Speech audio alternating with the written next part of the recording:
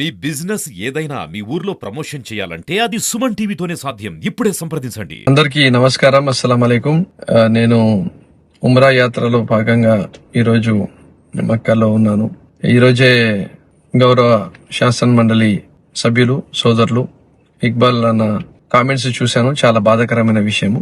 ఎందుకంటే గత 5-6 సంవత్సరాల నుంచి ఇక్బాల్ గారే మా అందరికి ఎన్నోసార్లు చెప్పడం జరిగింది, చంద్రబాబు నాయుడు గారు కన్నా జగన్మోహన్ రెడ్డి గారు 1,00,000 రెట్లు మేలు అని చెప్పి. మరి ఈ రోజు ఎందుకు ఆయన ఈ రకంగా మాట్లాడుతున్నాడో, మరి ఎవరు ఆయనతో మాట్లాడిస్తున్నాడో నాకైతే అర్థం కాని పరిస్థితి.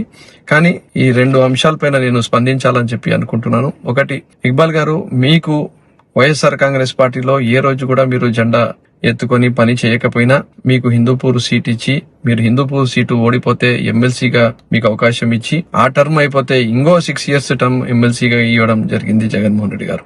అంటే వ్యక్తిగతంగా మీకు ఎంతో గౌరవబద్ధంగా చూసుకున్నారు జగన్మోహన్ రెడ్డి గారు. రెండోది, జగన్మోహన్ రెడ్డి గారు మైనార్టీలకు ద్రోహి అని చెప్తున్నాడు. జగన్మోహన్ రెడ్డి కాదండి, చంద్రబాబు నాయుడు గారు ఈ రోజు మైనార్టీలకు ద్రోహి.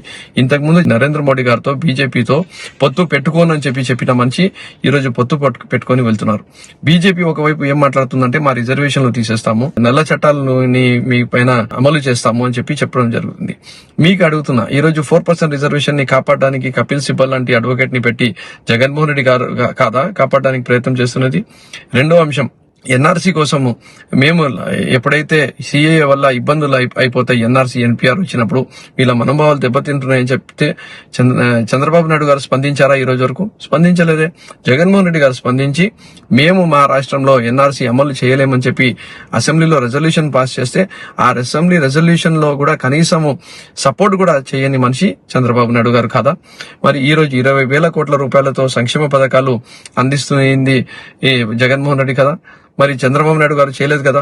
5 సంవత్సరాలు ఆయన పరిపాలన చేసినప్పుడు బీజేపీ ప్రభుత్వానికి, నరేంద్ర మోడీ గారికి ప్రసన్నం చేసుకోవడానికి ఒక్కరిని కూడా ఎమ్మెల్యేగా అవకాశం ఇవ్వలేదు, ఎమ్మెల్సీగా అవకాశం ఇవ్వలేదు, మంత్రి పదవి ఇవ్వలేదు. నంద్యాల బై ఎలక్షన్ వచ్చేంత వరకు అసలు మైనార్టీలే ఆయనకు గుర్తు రాలేదు అనే మాట మీరు మర్చిపోతున్నారా? ఈ రోజు MPTC, ZPTC, sarpanch, municipal chairpersons, vice chairpersons, agriculture market chairmans, state corporations, ఇలా మేయరు, జెడ్పీ చైర్మన్, ఇలా చెప్పుకుంటూ పోతే 4 ఎమ్మెల్యేలు, 4 ఎమ్మెల్సీలు ఈరోజు రాజ్యాధికారంలో మాకు పూర్తిగా మాకు దగ్గర చేసుకొని మాకు అవకాశాలు ఇచ్చింది జగన్మోహన్ రెడ్డి కాదా? మీరు ఇవన్నీ మర్చిపోయి ఏదైనా స్వార్థ రాజకీయాల కోసము చంద్రబాబు నాయుడు గారి స్క్రిప్ట్ మాట్లాడితే మాత్రము, జగన్మోహన్ రెడ్డి గారిని విమర్శిస్తే, వైఎస్ఆర్ కాంగ్రెస్ పార్టీ చేసిన మేలు గురించి తప్పుదావ పట్టించడం దానికి ప్రయత్నం చేస్తే ఖచ్చితంగా తీవ్రంగా మేము కూడా స్పందించాల్సిన అవసరం ఉంటది.